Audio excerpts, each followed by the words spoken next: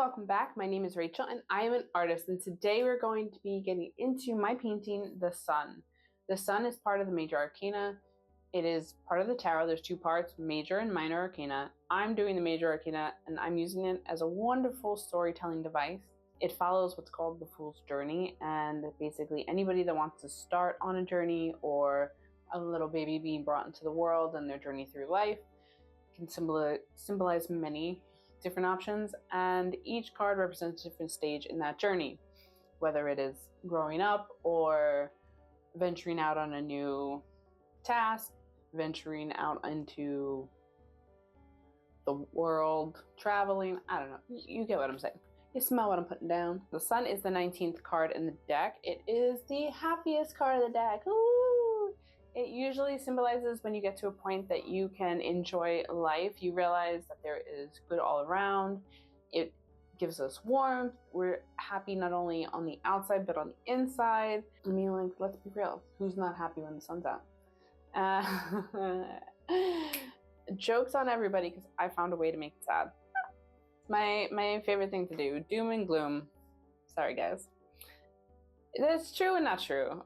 So for me, this card is typically represented by Leo, the constellation Leo, and each constellation is assigned to a planet as well. The Sun rules over the astrological sign of Leo. As you can tell from my painting, there's a giant sun in it.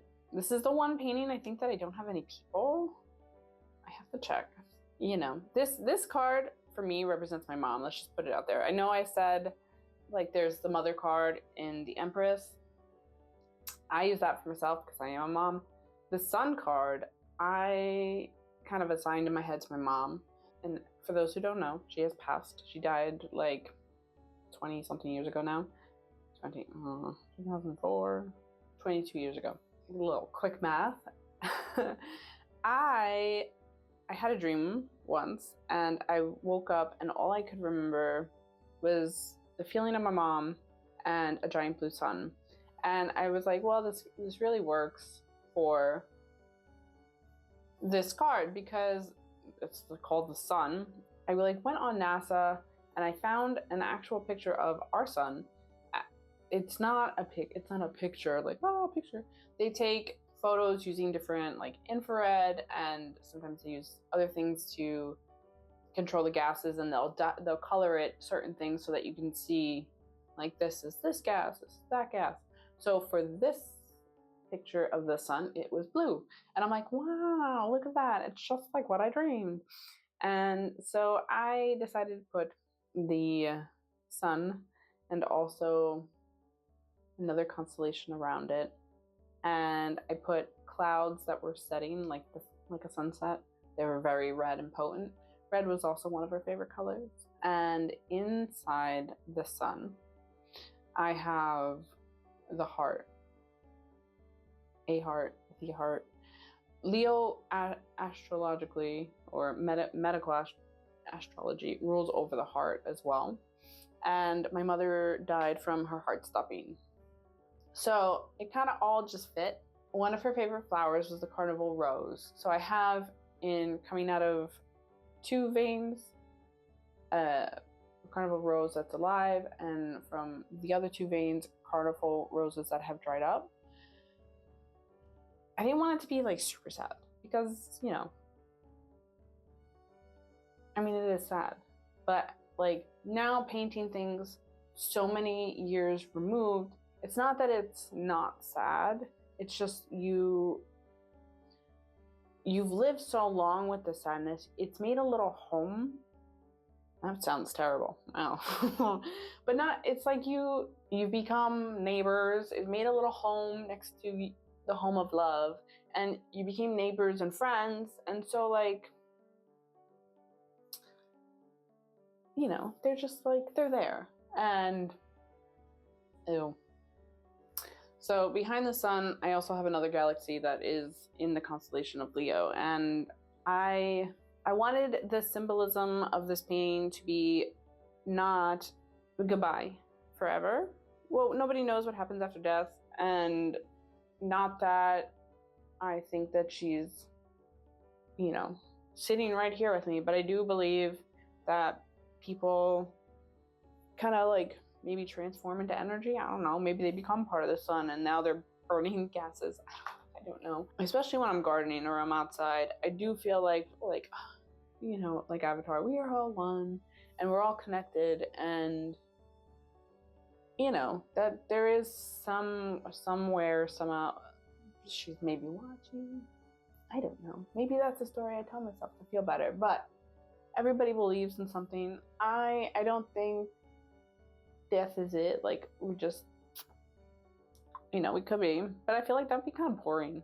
I'm going to choose to believe in the whimsy that there's more to it, and we get to like fly through the sky, through the galaxy as like a shooting meteor. Pew!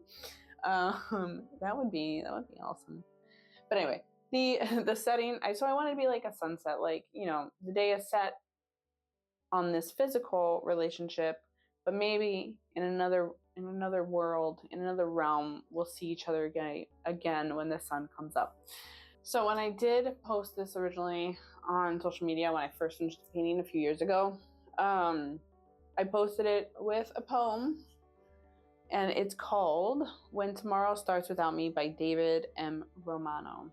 And as the painting plays, I will read it for you.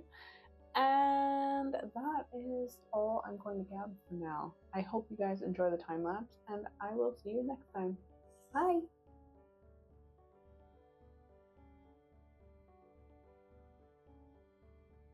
When Tomorrow Starts Without Me by David Romano.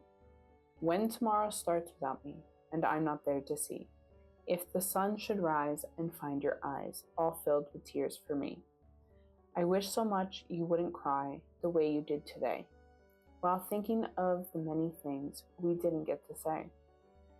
I know how much you love me as much as I love you, and each time that you think of me, I know you'll miss me too. But when tomorrow starts without me, please try to understand that an angel came and called my name and took me by the hand, and said my place was ready in heaven far above, and that I'd have to leave behind all those I dearly love. But as I turned to walk away, a tear fell from my eye. For all my life, I'd always thought I didn't want to die. I had so much to live for, so much left yet to do. It seemed almost impossible that I was leaving you. I thought of all the yesterdays, the good ones and the bad.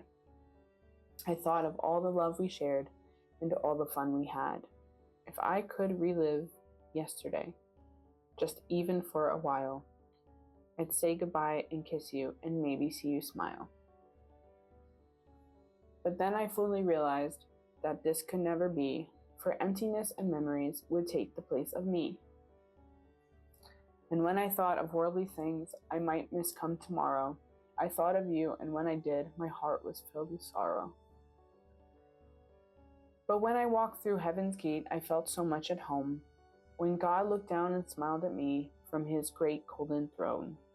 He said, "This is eternity, and all I promised you. Today your life on earth is past, but here life starts anew. I promise no tomorrow, but today will always last. And since each day is the same way, there is no longing for the past. You have been so faithful, so trusting, and so true, though there were times you did some things you knew you shouldn't do. But you have been forgiven, and now at last you're free. So won't you come and take my hand and share my life with me?